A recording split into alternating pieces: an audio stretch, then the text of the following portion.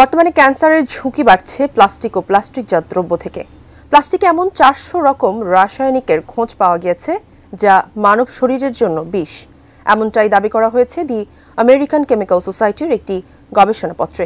বিস্তারিত জান্নাতুন নাহার জেরি রিপোর্টে। খাদ্যপণ্য ও নিত্য ব্যবহার করা অনেক সামগ্রীতেই প্লাস্টিকের ক্ষুদ্রাতি ক্ষুদ্র কণা বা মাইক্রোপ্লাস্টিক খুঁজে পাওয়া গিয়েছে, যা প্রতিনিয়ত ঢুকছে শরীরে। দ্য আমেরিকান কেমিক্যাল সোসাইটির মতে, প্লাস্টিক কর্কট রোগের আশঙ্কা বহুগুণে বাড়িয়ে দিচ্ছে।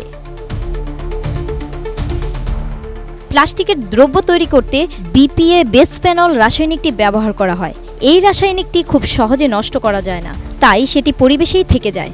ক্ষুদ্র আকারের খাবারের সঙ্গে মিশে তা মানব শরীরে প্রবেশ করে এবং নানা রকম রোগের ঝুঁকি বাড়ায়।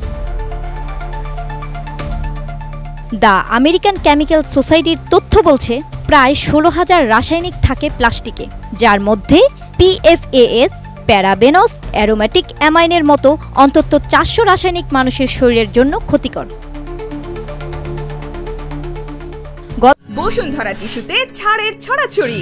বসুন্ধরা টিস্যু নিয়ে এলো নিশ্চিত ছাড়। গবেষকরা জানাচ্ছেন, বাজারে যে চিনি ও লবণ বিক্রি হচ্ছে তাতেও মিশে রয়েছে মাইক্রোপ্লাস্টিক। শুধু খোলা বাজারে নয়, অনলাইনেও যে লবণ এবং চিনি পাওয়া যায় সেগুলোতেও প্লাস্টিকের অস্তিত্ব রয়েছে বলে দাবি করা হয়েছে। আবার বাড়িতে, অফিসে, স্কুল, কলেজ, কাজের যে কোনো জায়গায় বেশিরভাগ মানুষই প্লাস্টিকের বোতল ব্যবহার করেন। প্লাস্টিকের বোতল ভর্তি পানিকে প্লাস্টিকের কণা মিশে থাকে, এমন তথ্য আগেই দিয়েছিল বিজ্ঞানীরা। সাম্প্রতিক গবেষণা বলছে, এই মাইক্রোপ্লাস্টিকের থেকেও সূক্ষ্ম ন্যানোপ্লাস্টিকের কণা পাওয়া যায় বোতলের পানিতে। এদের দৈর্ঘ্য 1 থেকে 5,000 মাইক্রোমিটারের মতো, যা মানুষের মাথার চুলের চেয়েও সূক্ষ্ম। প্লাস্টিকের বোতল থেকে পানি খেলে সেই প্লাস্টিকের কণাগুলো শরীরে ঢুকে রক্তের সাথে মিশে যায়। ক্ষতিকর সেই সব উপাদান মানুষের শরীরের জন্য বিষ। বাড়িতেও খাবার খাওয়ার জন্য অনেকে প্লাস্টিকের প্লেট, চামচ, কাপ ইত্যাদি ব্যবহার করেন।